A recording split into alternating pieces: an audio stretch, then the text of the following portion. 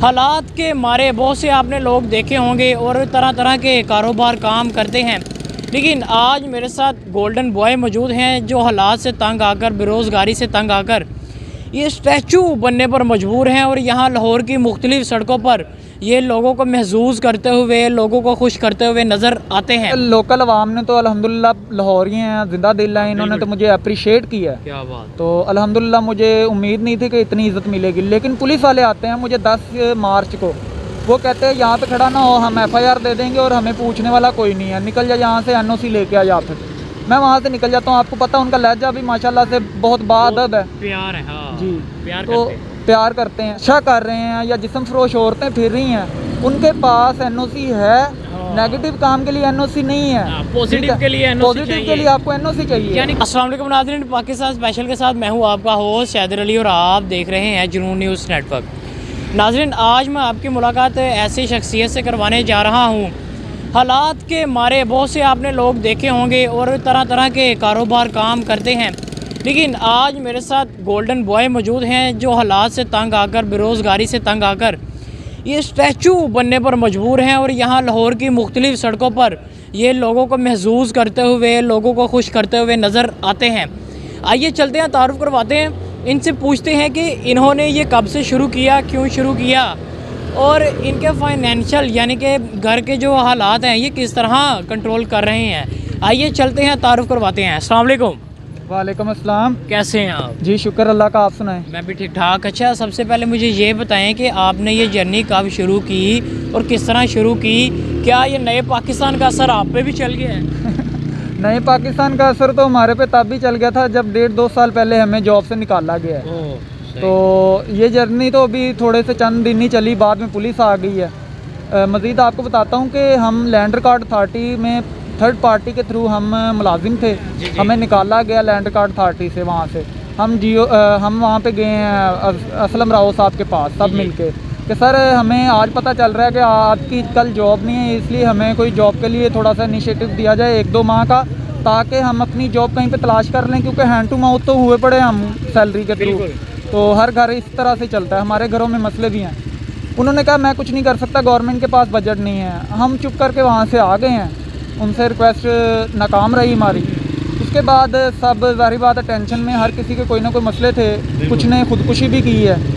तो मैंने खैर चंद पैसे थे जो हलाल के थे वहाँ से कमाए हुए, उससे रेडी ली, रेडी पे काम किया। मगर कोरोना के बाइस वो भी आपको पता है, कोरोना में बुर्ज भी हिला दिए हैं पूरे पाकिस्तान के, बड़े बड़े लोग हिल गए हैं।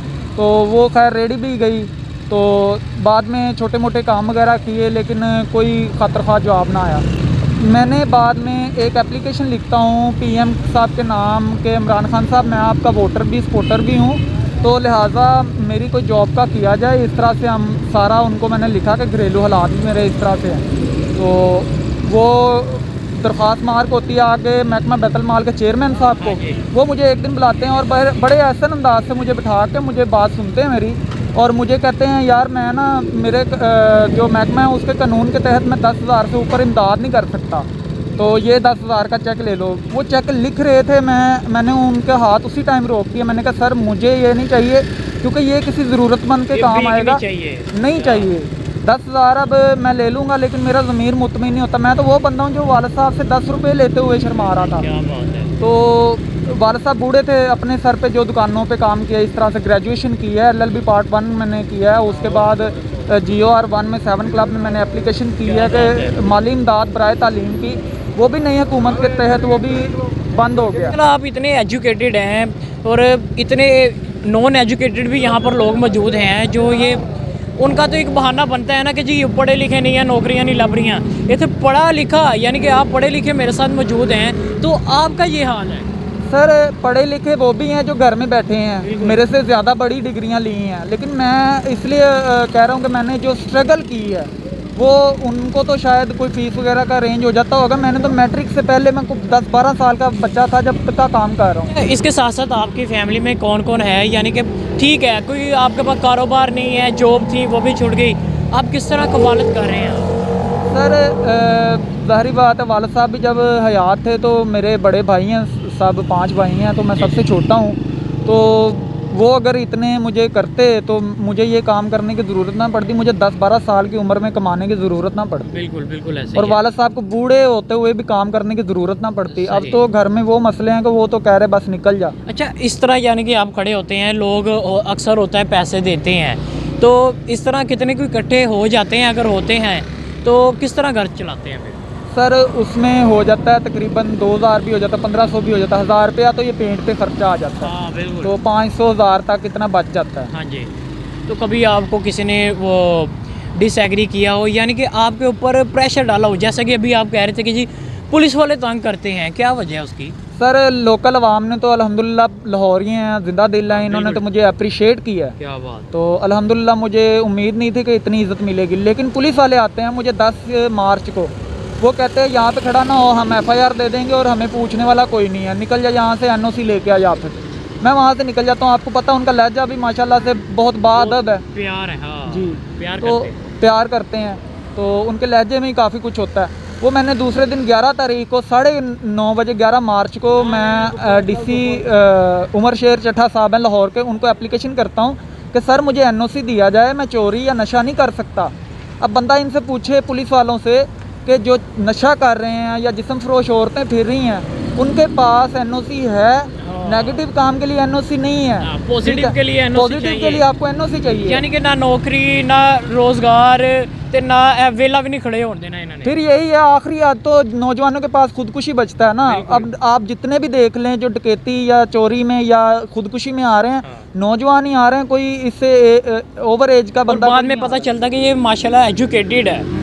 एजुकेटेड है, जाहिर बात है पेट तो मांगता है ना। बिल्कुल। कोई नेगेटिव काम तो नहीं कर रहा, किसी का नुकसान तो नहीं है, लोगों को एंटरटेन कर रहा हूँ, कोई गलत नहीं कर रहा, ना मांग रहा हूँ। बिल्कुल ऐसे ही है। अच्छा, आखिर में जाते जाते क्या पैगाम देना चाहेंगे लोगों को?